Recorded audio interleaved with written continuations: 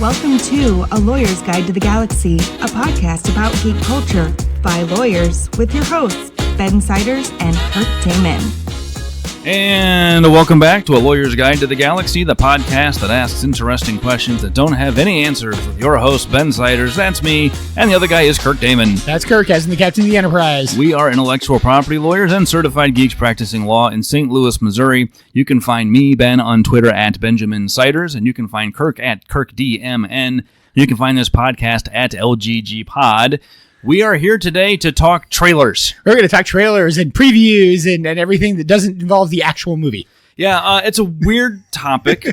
We came up with this the other day because we were talking about the Star Wars Episode 1 trailer and how there's a handful of times when a trailer just lands, and it had been so long with Star Wars, and that trailer was so well done. We were just kind of talking about that and how ultimately the movie was felt a little bit different than the trailer, and that led us down this path of sort of the weird legal issues that can come up with trailers. Not often litigated, but probably an underappreciated source of potential legal risk. Yeah, I'm one I love trailers, and I actually love watching trailers, and definitely I was, when Episode 1 trailer came out, I remember I was in law school at the time, and I remember sitting in my room, my dorm room with the computer just starting and restarting the Episode 1 trailer. Remember, people went to go see other movies and bought tickets just to see the Episode 1. Because remember, this is 99. You're like, watching the trailer online was not really a thing that was easy to do. You can do it, you just had to find it. Was it The Sixth Sense, I think? Maybe it was the movie that had some movie had they advertised which movies would have the Episode 1 trailer. And people bought tickets to go see those movies just for the trailer. You also had the Austin Powers, they did the joke trailer that was the fake Episode 1 trailer with, if you see one movie this summer, see Star Wars. But if you see two movies... So trailers are important, so we thought we'd talk about what they are, how they get made, and then go into some of the weirdness that goes with them. So I guess probably point number one is that trailers are, like the movie, copyrighted, and interestingly, they are copyrighted separately from the movie itself. Yeah. Well, I think one of the first things to start off with is the trailer is effectively a short of its own. I mean, I would say it's interesting in some respects that they do no award categories really that anybody sort of recognizes for trailers. I'm sure there's a few out there, but it's one of those where it is kind of a unique art form in many respects. It is, in some sense, a short. But it's also an advertisement for the movie. There's lots of things a trailer is. Now, it obviously uses stuff from the movie in most cases. I mean, it's reusing footage, it's reusing, dialogue, stuff like that. But a lot of times it adds stuff. It has scenes that may be generated solely for it. It may have scenes that are, partially done or not completed. I mean, the famous one is the famous, White House getting blown up for Independence Day scene, which I remember there's 3 different versions of, depending on what CGI was done when the trailer was made.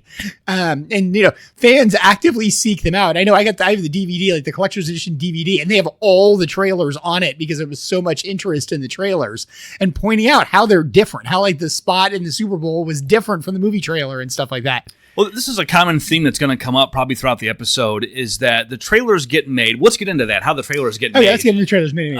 So, the trailers are typically not made by the movie studio itself. There are special production houses throughout the film industry, and all they do is make trailers. And trailers, of course, are meant to gin up interest in the film, which you want to do about as far in advance as you can. So we get teaser trailers that sometimes happen a year before the movie comes out or more. And then you get the more traditional, first, second, third trailers set as the film gets closer to being released. But, to make these things, you can't wait until the film is done. Yeah. It's usually too late by then to start producing a trailer and get it out the door. So as you start principal photography, you start taking out selects and dailies and sending them off to your production house. But they can only work with what's been shot so far. If you've ever seen a call sheet, movies are shot in insane orders. I've never understood the rhyme or reason to it. Well, I mean, it has to do with how they need to shoot based on the sets and scenes and locales and everything else. Yeah, what's been built, who's available. Yeah. So it's kind of chaotic and has nothing really to do necessarily with what makes for a good trailer. It's just what is available to work with. The music for the film is not usually available. Music's usually done last once all the editing is done and the film is locked. Yep. So the trailer doesn't have the actual film to use unless it's like a Star Wars thing where you can use the music we know. Yep. So you have a lot of bits and pieces, none of which are selected for purposes of making a trailer. It's just the parts you have available to work with, which makes trailers kind of weird. Yeah, I think another thing to point out is that you may not have good sound. because you may not have done your re-recorded sounds. You may only have boom mic sound, which isn't very good. And if you have CGI elements, they may not be present yet, or especially if you have a CGI element, you may not have the voiceover. Yeah. So you may have a problem that you don't have a voice actor yet having done their part, because if the CGI isn't done, they can't really record their voice. Now, lots of times they're done in commonality with each other, so the voice actor is going to be doing their presentation, then they're going to do the CGI so it has the mannerisms of the voice actor. It's infamously why Donkey in Shrek looks like Eddie Murphy and behaves like Eddie Murphy, is because, they did some of the animation based upon Eddie Murphy's behavior while recording the voices. You kind of have to, though, right? Yeah. Like, we have somebody like Eddie Murphy with such a distinct kind of like vocal mannerisms. Yeah. It has to, the way that the head moves and the body language has to be a little Murphy-esque. Yeah, well, and also, let's face it, Eddie Murphy is a fantastic sort of, but he's like a body actor that, is good with his face, is good with his mannerisms, stuff. It's why he's such an effective stand-up comedian, if you've ever seen him. He's an incredibly effective stand-up comedian, which is, in my mind, not like acting as we think of acting, but it involves an enormous amount of acting. It does, yeah. Stand-up comedians definitely play a character. We can do an episode on that probably someday, too. So anyway, trailers can sometimes have this tonal or content disconnect to the actual movie. And we were talking about how, Independence Day is a good example of that. We have raw footage of CGI footage of the White House exploding, which obviously they didn't film that. They CGI'd it. But it doesn't have the helicopter in the front and some of the other things. I believe if I remember, when they put the beam down, there's a blast that goes down the beam that actually is what destroys the White House. And I think one thing to sort of put as a little bit of history, if you guys don't know it, the Independence Day teaser trailer is kind of famous as one of the first two true teaser trailers. And I believe it was the first one that ever did a teaser trailer in the Super Bowl as part of its ad. And the dramatic scene at the end is the White House getting blown up by the aliens. But if I remember rightly, in the original Super Bowl spot, you see the sort of alien ship hovering. You just see it put a beam down into the White House and it explode. In the actual movie, you very personally have Marine 2, I think it is, one of the helicopters taking off, which is caught in the explosion. And you also have a sort of, ball that comes down the beam that blows up the energy house. surge or something. And I believe that neither one of those is present in the Super Bowl spot. I may be wrong about the ball, but I think that's the case because they only had just the rawest CGI footage. And they very purposely wanted it to be climatic, but it wasn't done yet. Well, you also sometimes have, they'll film a scene multiple times. And the daily that they put in the trailer is just what they had to work with. But of course, the trailer company doesn't know which version is going to be used in the final scene. And a great example of that is Indiana Jones and the Kingdom of the Crystal Skull. There's a joke in the trailer where Shia LaBeouf's character says, "You're a teacher," and he goes, "Part-time." Like, the way he says it is classic Harrison Ford dry. It's really funny. It was a flawless take they used in the trailer. The version they used in the film, he's like, part-time. It's like, it's way worse. I don't understand why they picked that one. It's a subtle difference, but watch the trailer and watch that scene. They picked the worst take. I don't understand why. Well, because I don't think we need to worry too much about the Crystal Skull winning any major awards for being a good movie in the near future. Yeah, that's not going to be a problem. But, and we see that like at the Rogue One trailer, there's a sequence where Krennic and a bunch of soldiers are like walking out of the ocean. Like, that never happens in the actual film. Well, there's plenty of famous shots with it. Again, one of the ones I have from when I was a kid, having not seen Star Wars in the theater because I was a little too young when it first came out, I first encountered the book version of it, the movie book version, the big one. And one of the publicity shots is used in that, and it's Biggs on Tatooine standing and watching the sunset, which is a scene that never appears in the movie, at least the theatrical release. And so you have these scenes like that where obviously it was filmed. There's no question it's in deleted scenes. You can see it if you want to see that scene. But it's something where, you have these scenes that are sent to these trailer companies that are then not used at all. And it's not surprising to see a scene in the trailer and go like, hey, that looks really cool. And then not see it in the movie and wonder kind of like, hey, what happened to that? Well, this can lead to annoyed audiences because sometimes the trailer makes the movie seem like a certain type of movie that the movie actually is not. We were just talking about that. It's sort of sometimes the theme and tone of the movies. We were trying to come up with ones. I know we both seen trailers where kind of, what you saw from the trailer and then what the movie was were kind of different. We were trying to find particular ones, but one that jumped to my mind really quick, I thought was Star Wars Episode 3, which the trailer is really kind of this grim foreboding. The scene I always remember from it in the music is it's a scene and you see Padme sort of, collapse in her hands like she's crying as C-3PO kind of walks away. And stuff like that. And this idea that this is the world coming undone. And that's what everybody expected to be episode 3.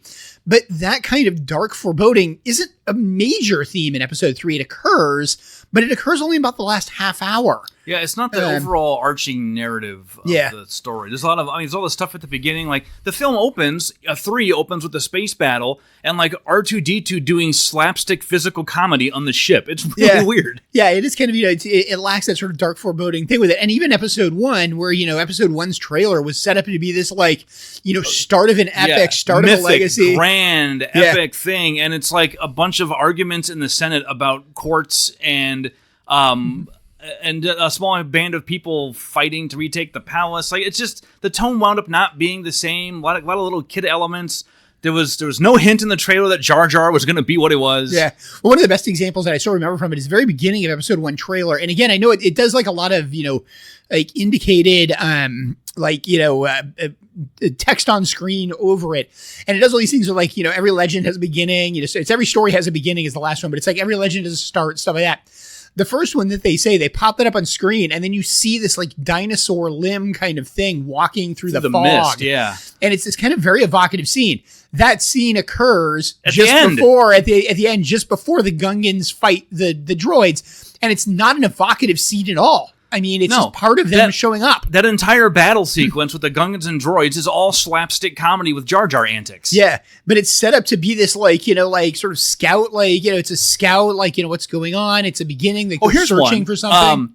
We were talking about this the other day. The Force Awakens. Half the trailer is scenes from Rey's hallucination of things that never actually happened in the film. The scenes are there, but it's not part of the plot. Yeah, it's Rey's hallucination. Yeah, that's the or the sort of dark cave experience, or what you want to call it. Yeah, there's a couple of movies that have had that where a lot of the preview scenes are from flashback sequences and stuff. I know one of the ones and part of what brought this on, I was thinking is I happened to just see the preview for Zootopia 2. We went and saw Elio, and they had the preview for Zootopia 2 in front of it. And the preview for Zootopia 2 looks like a short. It's got, it kind of looks like, quite frankly, a Scooby-Doo episode. You've got the two main characters from Zootopia 1, plus the snake, who's obviously the star of 2, because he is the logo for 2. And them kind of running from the cops in these random kind of slapstick type, they pop out of a pothole and then run away and all the cops chase them, which, watching it, I'm like, how could these scenes be in the movie? This doesn't look like it could be movie scenes. Is this designed to be kind of just a short to kind of promote hey, this is coming? And it really was one where I was sitting there and I'm like, do we have any idea what this movie's about? Obviously they have a third companion that's this snake. Okay, that's all I really got, from the preview. Now, obviously, I'm going to see it. I love Zootopia 1. I thought it was a kind of brilliant movie, but it's one of those that's just really entertaining. But it's one of those where, you kind of get that, hey, what's this movie going to be about at all? And I'm really kind of wondering, is that going to be about it at all? Similarly, at the end, if you guys haven't seen it, if you see Elio stay all the way through the credits, there is some kind of interesting stuff, by the way, in the credits for those of you who are interested in watching credits, just to see how many people were involved. I thought it was interesting to see how large the orchestra was, quite frankly, that recorded the music. But one of the things at the very, very end, there's a teaser trailer for the brand new movie, Hoppers, coming from Disney Pixar. And it's without question a teaser trailer, but you have no idea what it means. And if you haven't seen it, watch it online. I'm not going to spoil it because it is kind of a fun trailer. It's a completely memeable trailer, and my son has been memeing it pretty much for the last, 3 days. But it's one of those things where you really kind of what the heck's this movie about? Well, there is risk to being too cagey or too opaque with your trailer. One example we came up with is The Amazing Spider-Man 2 came out in the mid-2010s, I think. I didn't see all these. We've talked about this before, how Sony has to basically churn out nonstop Spider-Man content to keep their option alive. For my son's been watching all of these because he's been watching all the Marvel movies, and I have to admit, a lot of them are actually pretty good, but it is they're all over the place. Well, Shailene Woodley was supposed to be in it, and she was supposed to play Mary Jane Watson. Is it Watson? Is that right? Yeah, MJ. MJ, yeah. But she's not really the focus of the story. Gwen Stacy is the romantic lead. But Shailene Woodley was cast, and she appeared in promotional stills and some early press for the film, but they ultimately decided to cut the character and cut her out of the film. So, these things can change. It doesn't usually rise to the level of like a major dispute, but we did find one situation where it did. In 2019, Universal released this movie Yesterday, which, if you haven't seen it and you like the Beatles, it's actually a pretty cute film. It's about a world where the main character is played by Hamash Patel. He's a British aspiring songwriter who nobody likes and nobody wants to listen to, and he's having kind of an identity crisis about it. And one morning, he gets into a car accident, and when he wakes up, he lives in a world where the Beatles never happened. Like, he's quoting Beatles songs, and nobody knows what he's talking about. John, Paul, George, and they're all around, but they never formed the Beatles. But he remembers the Beatles, and so he reforms them himself, thinking, okay, well, I know these songs are hits, and so I'm just going to make a killing off these songs. Here's the problem. It doesn't work. Still, nobody wants to listen to them. Everybody thinks the songs suck. Which it could have been a more interesting movie, honestly. They could have gone the direction of what does that mean? Like, is stardom more about the people than about the music? And is his problem really just him? But no, it just he winds up being famous, and it's 2 hours of listening to Beatles music on screen. Yeah, it's fun. It's a fun movie. Anyway, the point is Ana de Armas was shown in a trailer and was supposed to be in it, but her scenes were ultimately cut. And so two plaintiffs filed a lawsuit against Universal claiming false advertising on grounds that they paid the $3.99 or whatever to rent the film because they love Ana de Armas, only to find out that she's not in it. And it looks like the studio filed a motion to dismiss on grounds that, look, you can't file a false advertising claim based on a trailer. The movie's not done yet. There's decisions yet to be made. And ultimately, it's a matter of creative license to decide what's going to go in the final film and what's not. Interestingly, the judge said no. The trailer is an ad for the movie. And that's the thing. The movie theater was kind of arguing the trailer isn't an ad. Not in that sense. And Kirk and I were talking about this before we started recording. The studio has a point, right? Like, the point of the movie is you watch it because you don't know what's going to happen, right? Well, that's somewhat true, I think, in modern trailers. I mean, in old trailers, you go back and watch like the trailers for like the original Battlestar Galactica, they'll tell you the entire plot. Yeah. Or watch the original one for the original Star Trek or Star Trek 2, they'll tell you the entire plot of the movie. Yeah. And so it's one of those things where, I think you had a lot of that. But nowadays, definitely, I mean, you're not supposed to know what the movie's about. You're not supposed to know the ending. And again, I think that was really started by Independence Day. The idea of the teaser trailer. And I mean, we even have teaser trailers, which are designed to be no indication of what the movie's about. Again, I mentioned the Hoppers one, which, I mean, I have no idea what that movie is about. Now, admittedly, it did get me to go look online what the movie was about, and now I'm interested. Heard of it. But I kind of want to see it based on the basic concept. I like the concept. Well, the court here said, no, the trailers are expressive works, but the studio said it's not a commercial guarantee about what the film is going to be, which I think it makes sense. It's really not. It's not a guarantee. And we were talking not the same sense in like the features for your iPhone, right? Like you know what you're getting with an iPhone, and by the time you go to buy it, you've got a feature list. You know what you're getting. A movie, part of what you're buying is the experience itself and in not knowing where it's going. So we think that's a little bit different. But the Yesterday lawsuit fell apart for other reasons, one of which is that one of the people who was the plaintiff watched the movie multiple times. Yeah. So the judge is like, all right, well then if you watched it again, you must have liked it. So what are your losses? It couldn't have been that bad that Ana de Armas, who was in such a small role that they could cut her, wasn't in it. Like, how much of your $3.99 was just to see her in the movie for 8 minutes? Yeah, you got to wonder if you're willing to drop the movie and see the movie repeatedly because, she's, even if she's not in it, did you really want to see her because she's in it, or did you just find a convenient excuse to try to come up with a lawsuit? Yeah, because they did try to make that one a class action. They couldn't get it certified, and it ultimately got dropped, and they were seeking legal fees. So I think this was a case where the judge this was a come on moment. Come on, yeah. Well, and that's one of the things that's recognized in advertising law is what's called puffery too, which is a legal standard, which is basically you can say things in ads that, people kind of recognize aren't true. Yeah. I remember the world's greatest cup of coffee, right? Yeah. Well, I think the one that was actually litigated over is better ingredients, better pizza. The Papa John's slogan, I believe, was considered puffery. Very specifically in a lawsuit, if I remember correctly, where they said, everybody kind of knows that the ingredients aren't necessarily better. It doesn't necessarily make better pizza. That's just saying, hey, we use good ingredients. It's puffery, stuff like that. Yeah, better ingredients than who? Yeah. You know? Well, and does it really make better pizza? Well, how do you classify what the pizza is? You know, what's really a better ingredient? You kind of get the idea. Yeah. Okay, yeah. Like DiGiorno, like the whole it's not delivery, it's DiGiorno. Does that literally mean that if you make a frozen pizza, nobody can tell you didn't order out? Yeah. No. Yeah, so Puffery's a great example of sort of, where they've said, like, look, we understand not all advertising is really true, but, it's not that you're being untrue. It's just that, everybody kind of recognizes the fact that it's not. I remember there was an old, like, comic strip, I think it was a Bloom County talking where, like, some alien shows up on Earth, and the whole comment with it is it's like, I don't understand why politicians lie in their TV commercials. And he's like, well, everybody knows they do it. And he's like, but you hate it. And he's like, yeah, but we all know they do it and it's okay. And he's like, so you like them lying even because you know that they're not really going to do what they claim to do in their ads? It's one of those things when you think about it and you're like, wait, this doesn't make any sense, except it does. Yeah. And so it's kind of like, okay, like you kind of get where it's coming from. Well, and the standard with the false advertising thing ultimately comes down to consumer deception. Are you making statements of fact for the purpose of deceiving the consumer into buying something? And they're much more strict about certain types of things than others. If you're lying about the ingredient, if you say all natural ingredients, it had better be all natural ingredients. Same as organic has a very specific requirement, as to what it is. You better meet the criteria of organic if you're going to say it's organic ingredients, stuff like that. Yeah. So I think what they really kind of looked at and said, hey, look, the movie in some sense is designed to just sort of encourage you to see the movie. It's not a statement on what the movie actually is. Yeah. Anything like that. In some sense, it's probably not a statement on what the movie's actually going to be. It's a teaser. It's designed to get you to be interested in potentially seeing the movie. Maybe looking at more information. Again, like when I saw the teaser trailer for Hoppers, I went and looked up what the movie was about and was like, hey, this sounds like kind of a fun premise. This might be an interesting movie. We were saying before, like, so doesn't that basically mean that a trailer is a guarantee to the audience? Here's a movie that may or may not include the following scenes. Yeah, exactly. But we love them anyway. Okay, so what are the IP issues?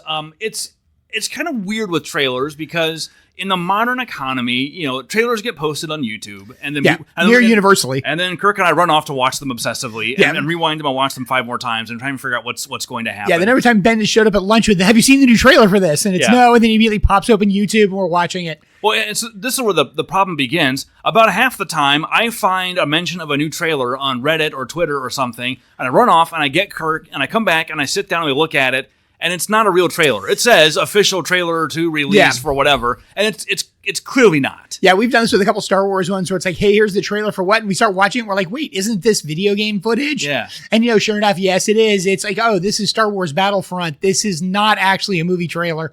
Okay, like somebody's making their own thing. I know an example of this I remember from one that they did. There was a sort of famous fan one running around having to do with, again, it's Playhouse. I keep forgetting that, the game wrong, where they made a fan trailer that literally is like the first game. They just changed a character in it.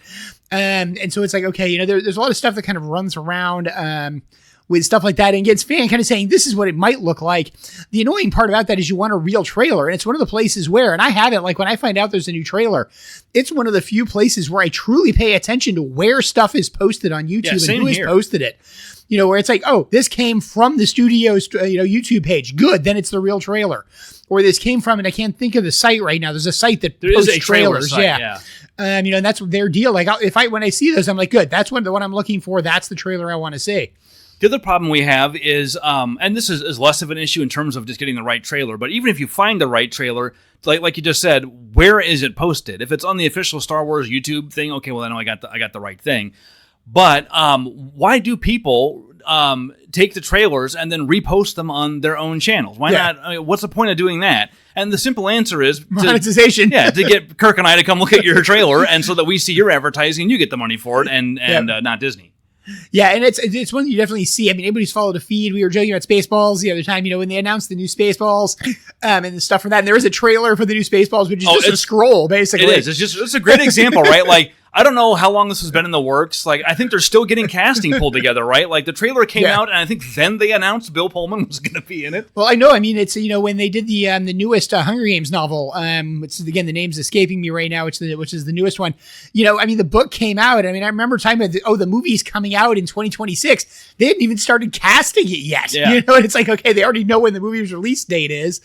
So, I mean, you see that, and again, seeing the notices for it. Now, I also follow, I have a site called called Nerd Informants. I don't know if you guys have bumped into it. They're out of Branson, Missouri.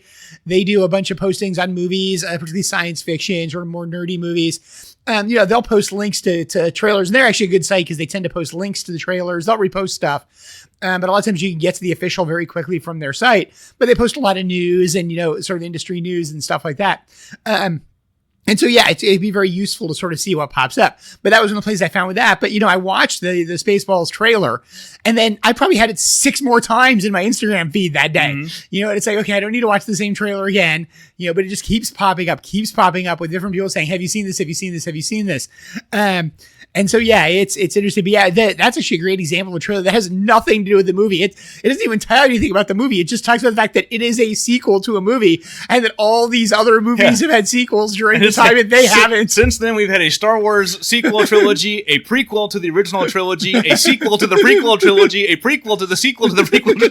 It's really good. Yeah, it's very funny. They talk about all the Harry Potter movies. They talk about I'm sure they just make fun of like everything. It just keeps going. Except for them. Mel Brooks is going to be 100 years old when he does that. But that's awesome. It is awesome. What are they going to do about John Candy? They can't bring him back. No, are they going to? But he's also, he's heavily costumed, so they can definitely do some stuff and sort of make. Yeah. I'm wondering if they're going to actually do something where they're going to make fun of the character. So it'll be something like it'll come back as the character, but he's going to be like a totally different color, something like that. Or a different breed of dog. Yeah, different breed of dog, just to sort of be like. And kind of do like a Gandalf moment in Harry Potter where it's that's always been Gandalf. Yeah. Okay. So here's another thought about trailers. So, the fans make trailers too. Some of them are fake. Some of them are legitimate. We've seen fans make AI generated trailers with fake, fake trailers, movies that aren't coming out. There's trademark issues there, right? The studios obviously care about that. But something I was thinking about during my drive in this morning is, let's say I make my own fan trailer. Let's just say Andor Season 3, which is not going to happen. We know, which is impossible. It can never happen. Let's say they're going to do that. How about this? Ahsoka Season 3, or Season 2, that is going to happen, right? Yep. So we're going to make a fan trailer for Ahsoka Season 2, unauthorized, using various footage, and Disney's mad and tells me to knock it off and sues me. Here's the interesting question, I think. One, is it unlawful? The answer is obviously yes. Yes. Why? Unlawful derivative work, right? Well, I think we got a few things as to what it is. One, we're going to get into character copyright. Our last episode. Yeah. Ahsoka is a character who's probably subject to a character copyright, almost certainly subject to a character copyright. So the question is, are you using Ahsoka? Even if you're not necessarily using imagery from the film, which is the second issue. If you're going to make Season 2 as to what it is, you're probably having to use imagery from Season 1. What if I use AI? It's all AI generated. We just did an episode on Midjourney and all Star Wars stuff. Well, again, what are you using to generate the AI? We just talked about, So the problem you're getting into is in all these things is in some sense, you're going to have to use Ahsoka Season 1 to make a trailer for Ahsoka Season 2, unless you are Disney and are making Ahsoka Season 2, at which point you actually have imagery from Ahsoka Season 2. What about this? Let's suppose Disney puts out their trailer for Ahsoka Season 2, and I remix that trailer plus add in some AI and original footage that I put together. What is my infringing work a derivative work of? It's not the season. It's not out yet. It's an infringement of the trailer. Yep. And you definitely can infringe, I think, a trademark and, both the trademark in a trailer, the trademarked elements of a trailer, and the copyright in a trailer. And a good example of what I think would be a really intriguing one is the guys who took the Minecraft movie trailer and then filmed it using Minecraft. Yeah. So they actually did the trailer in physical Minecraft, do exactly the same scenes. Again, sort of clearly a derivative work, but it's, I think without any question, an infringement of the trailer because it's exactly the same as the trailer. It's just done using different animation. Yep. And doing animation as opposed to live acting in certain places. I don't remember if they used the soundtrack. They may have used the sound too, which would also be a violation. A couple different violations there because not only did they use it, they synced it. Something we can go into again in a future episode. And we have the song and the song recording and the sync rights. And so, it's one of these things where you start looking at these idea of fan-made trailers. There's all sorts of ways you can potentially end up afoul of both trademark and copyright law for the making of these, even if you potentially got your footage from somewhere else. Or did something that's no footage, like just text. Now, here's an even more fun question. What are the damages for infringing a trailer? That's a hard one because it's got to say, what's the market for the trailer? Well, it may be relatively high, but it's not sold. It's given away. Right? Like you are paying money for people to distribute the trailer for you. It's an advertisement you're paying people to place. So But you obviously can infringe copyright in advertisements. I think that's worth noting. Yeah. You can violate a copyright of an ad executive or an ad studio making an advertisement for a product. You can violate their copyright, even though it promotes the same product, stuff like that. The product manufacturer doesn't have a problem, but the advertising studio obviously can. I was actually involved in a case like that a number of years ago. For a small guy who was a private filmmaker who had ended up with essentially a short film that had been turned into an advertisement against his will. Mm-hmm.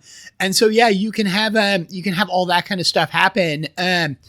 You've really got to look at the fact that, there's still somebody who owns the copyright in it. Typically the studio would own the copyright in the trailer. And again, it may even be the studio, if you talk about a studio making trailers, they may own it as well. Another one, we talked about a little bit, what about a leaked trailer? So what about something where, hey, they're making multiple versions of the trailer and a leaked trailer gets out? Or you have, hey, we made 5 trailers, one of which was actually used, but hey, we're going to make the special edition DVD and we're going to put the other 4 on. Well, the studio probably owns them, so they're probably okay in that. But what if they don't? What if you have a dispute as to who actually owns the rights in the trailers? That does happen. Like if you hire creative people to do stuff, you give them your ideas and what you want, and it's not uncommon that they'll produce 3, 4, 5 mock-ups or thumbnails of the idea, and you pick which one you want. And depending on what your contract says, you might not even own the copyrights to the one you pick if the contract doesn't say so. But if it does, savvy creators will reserve the rest to reuse with other people in the future. Otherwise, they're doing 5 times as much work and they can't use any of it. So that does happen. Now, it's different with a trailer where your different concepts are all going to be using my IP, so you can't really do anything with it.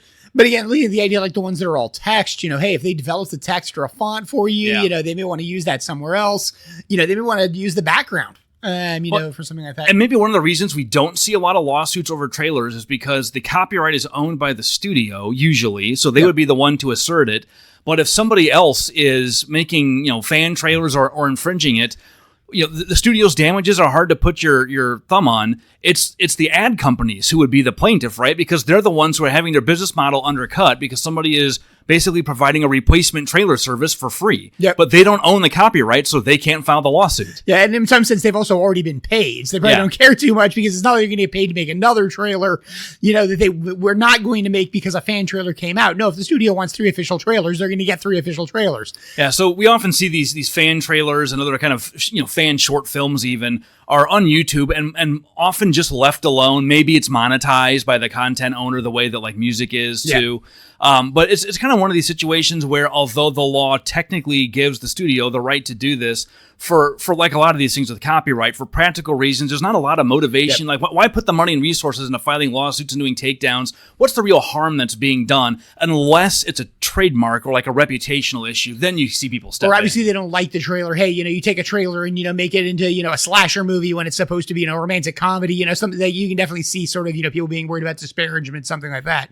A lot of it may also just be handled by platform agreements, where it's the, hey, we can take away your monetization by platform agreement, those kind of things sort of with it, yes, because it is, again, as we're talking with these are, I think, in many respects, almost certainly copyright violations of some form. Yeah. In the way that they're made. Well, exactly the copyright violation technically is going to be may not be necessarily clear, but, it's going to be hard for anybody to say, hey, I made a fan-made trailer. Your attempt to take me down is inappropriate. That's going to be hard to argue. And so you end up with this sort of, resolution on the platform where it's, well, you can't monetize it. I'm going to take your monetization away. Those kind of, platform resolutions again that YouTube has, like which have nothing to do with resolution in courts and sort of reserve court rights outside, but allow the parties to deal with it on YouTube. Let's theorycraft for a little bit on the nature of the infringement. I think our very first episode of the podcast, we talked about this. It is theoretically possible to make not even just a trailer, but to make an entire film set in one of these universes without infringing any obvious IP, right? The IP in the setting is kind of hard to get your arms around. It may be there, but it's kind of hard to say what it is. If you're clever enough, I could make something that's clearly Star Wars without ever saying the word Star Wars or using any recognizable Star Wars expression, but you'd know from the aesthetic, it's a vague late 1970s kind of look, Yeah. you'd probably be able to figure out what it is. And I can make some generic references to things like republics and empires and senates and things like that you'll know what I'm talking about. Yeah, and I think that's the biggest thing you always bump into in these things is if you get really, really creative, you probably can make a Star Wars movie without infringing anything in Star Wars. The problem with it is it's probably not really a Star Wars movie. Yeah. It's just very, very creatively using things to make it look like it is. Yeah. Without it being so. And the hard part with this is where is that line? And again, when you get into the theory crafting, because it's, hey, I probably can't use any characters. Well, but what if I use something generic, like they have large helmets, thinking like the Rebel helmets that, they wear, the Death Star helmets, which are kind of oddly shaped. Again, referencing Spaceballs, where they had, giant just bowling balls on their heads, and stuff like that. The giant black round bowling ball sort of helmets. And things that, so you get into those kind of things where it's the, hey, can I, where do I have the line? And it's hard to know, because one of those things where it's you're doing it so purposefully, you're clearly doing it. At the same time, you're so purposely dodging it. It's you have to copy. Well, what are you copying? I'm purposely not copying, literally intentionally not copying everything. And so, where does that kind of line fall of saying, no, but you're really copying it? Well, we've talked about this in the context of, and we're going to stray a little bit here, but in the context of new Star Wars content and the challenges of Disney producing it. And we've lamented sometimes that they seem to be a little bit too beholden to recycling the imagery we've seen before. We got to have the Millennium Falcon, and we've got to have the dice, and we've got to have the gas mask, and we've got to have the cargo holds, and we've got to have all these plot elements. Why can't they do something new and original? And maybe this is part of the reason why. If you get too far away from all that recognizable imagery, other than the title card, what makes it a Star Wars film at that point? Well, that's, in some sense, having just listened to our episode, which we're recording this just after it came out, our episode talking about the Acolyte, that was kind of the problem with the Acolyte. They got a little bit too far away from a lot of the Star Wars imagery. It had Jedi, but and lightsabers, but beyond that, there was not a whole lot. And I'm going to harp on the costuming again, just because I hate the costuming in the Acolyte. I really do. It was so bad. But that may be something that they're struggling with too. Is how do we set? I don't know if you just saw like the Rey movie that they're making. That's on hold now, not canceled, but it's on hold. So they do seem to be really struggling with what to do and how to do it. And maybe this is part of the reason why is if you get too far away from the visual core, then it doesn't seem like Star Wars. If you stick too close to it, then people complain that it's not interesting. It's recycled. And it does make some sense. I think is to it's a difficult line to follow because there's general tropes to Star Wars. Again, we say, hey, you're making a movie. I can make a movie about an all oppressive empire without it being Star Wars. Those exist. There's hundreds of examples. The Foundation series is basically that. It's a stock thing of science fiction. It's a trope, yeah. You have, hey, here's a giant, like all powerful sprawling galactic empire. Let's face it, Avatar is that. It's just not an empire. It's a corporation. Yeah. Alien has that. It's and it goes from a government to a corporation and back again. And some of those movies, Terminator has that. You kind of get into things where it's like, hey, you get into that all powerful sort of force because it's fun to tell rebellion stories. Yeah. And that's Star Wars is ultimately a rebellion story. Well, I was looking this up because derivative work is weird. It's supposed to be like an adaptation or translation or some other use of the original, and they're thinking of things like translations or making like a movie version of a book.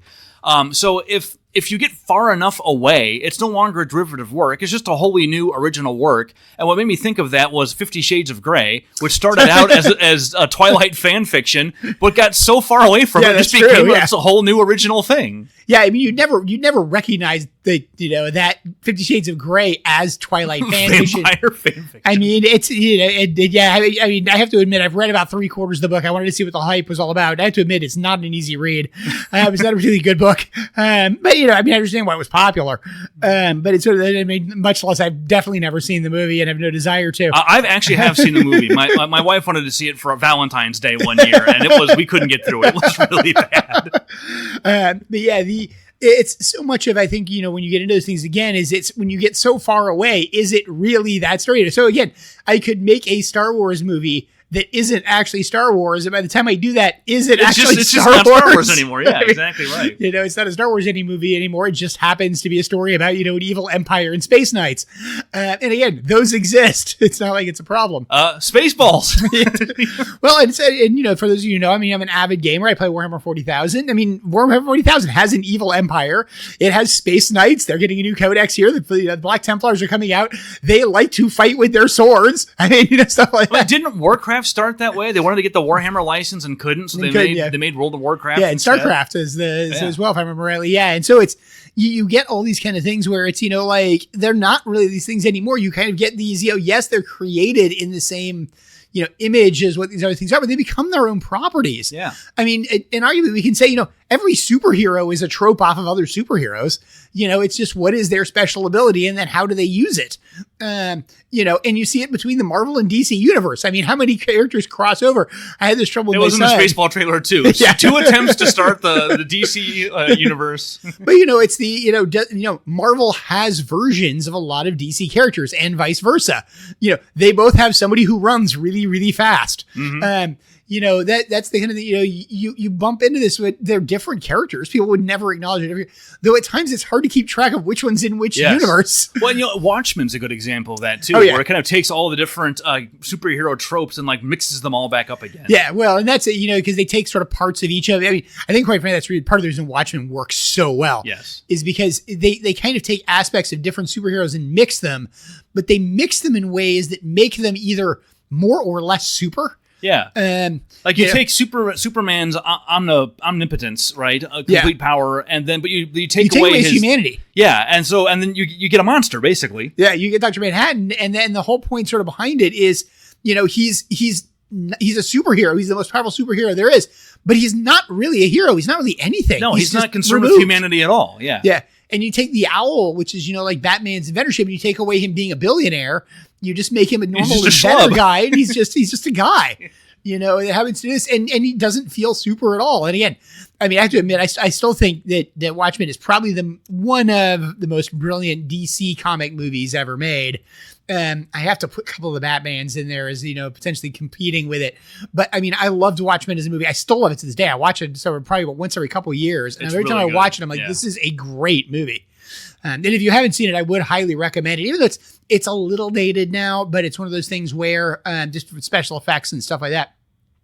But it's so well put together. It's surprisingly well acted. It really for a bunch of actors that, a few of them are somewhat well known, but a lot of them I think were, relatively unknown, at least at the time that they did it. And part of the thing with it as well is it's got an incredible score. Yeah. That is a movie that's how to score a movie like that. And the scene with Hallelujah is literally a textbook how to score a scene. Yeah, it's the original Leonard Cohen version. Yeah. They use Simon and Garfunkel, Sound of Silence. They use Bob Dylan, Opens Up. It's a fantastic soundtrack. Yeah, it's a fantastic soundtrack, and it's done incredibly well with the way the movie works. The soundtrack is poignant. It influences the movie.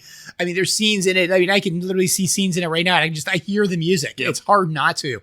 And so stuff like that. But yeah, that's a movie that I think it's also just a very good superhero story because it's not in the genre of most superhero stories. It's a cautionary tale. It is. It's a social commentary under the guise of a superhero movie. Yeah. Let's talk about fair use real quick with trailers. All the normal factors apply. I think fair use probably, just my gut instinct here, probably applies pretty strongly with trailers relative to other uses for the reasons we just went into, in that it's not really a market substitute in any meanobviously sense. And how do you transform a trailer? It's an advertisement, and that's where you're kind of going to get into fair use for advertisements, and obviously there is kind of some, when they talk about it, sort of, speech rules around commercial speech and stuff like that.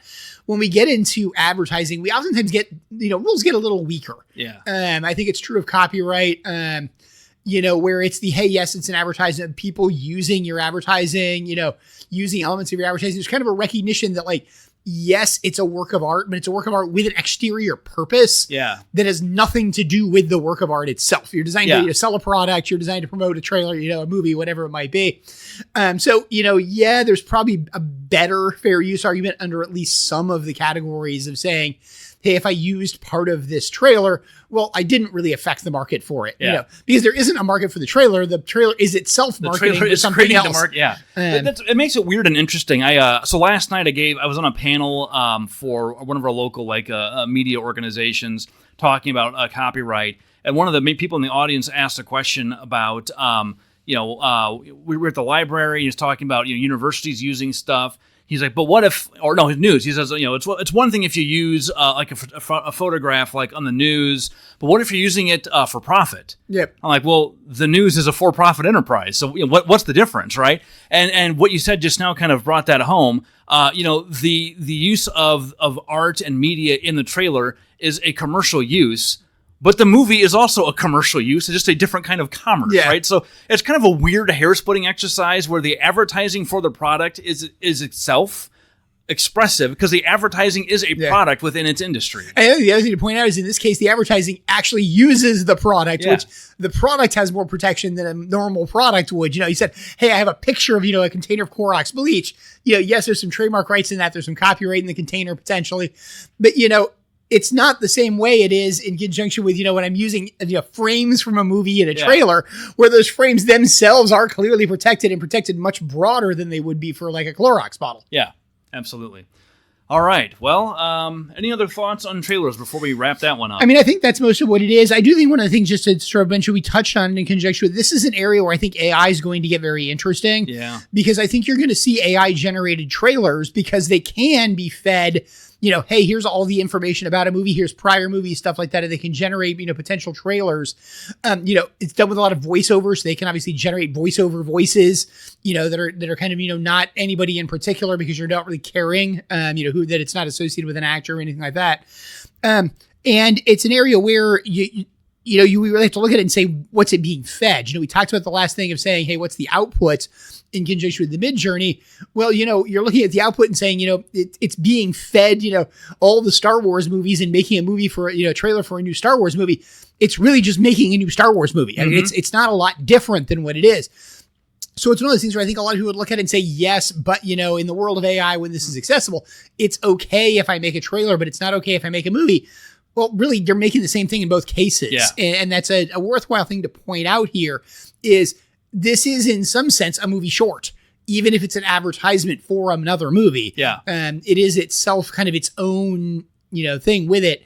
And what it gets fed as an AI engine and what it comes out with, you still got the same kind of issues you have for making anything associated with those types of things. I'd say maybe the key takeaway from the IP perspective is that all the same rules apply as they would anywhere else, but they apply a little bit differently because the markets are weird for advertising. And I think at the end of the day, what makes it feel the most different is maybe less so the legal principles, but the practical considerations. It's just not worth your hassle to be super aggressive about a lot of this stuff. You also have a lot of issues of just who owns it because you have the issues around, with that movie, it's pretty clear who owns the rights in the movie. And there's huge amounts of contracting around it. It's one entity and everybody kind of knows who the entity is. The trailer isn't quite as clear who necessarily owns the rights. And again, the creative that may have the interest in enforcing it may not be the one who really owns it because of the way it gets used. So we've complicated things, but all the same rules apply. Nothing's really changed. Don't think of it as being different. Just think it as being more complicated, I guess. It kind of fits with our webpage where, it's the questions with no answers. It's just we took an unanswerable question and then made it a little more complicated. That's what we do. All right. That's all for this time. We'll see you next time. Lorem, play us out.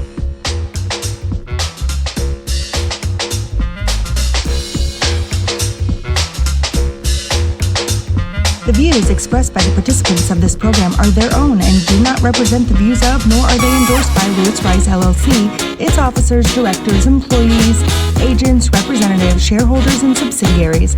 None of the content should be considered legal advice. As always, consult a lawyer. This podcast was produced and recorded in St. Louis, Missouri.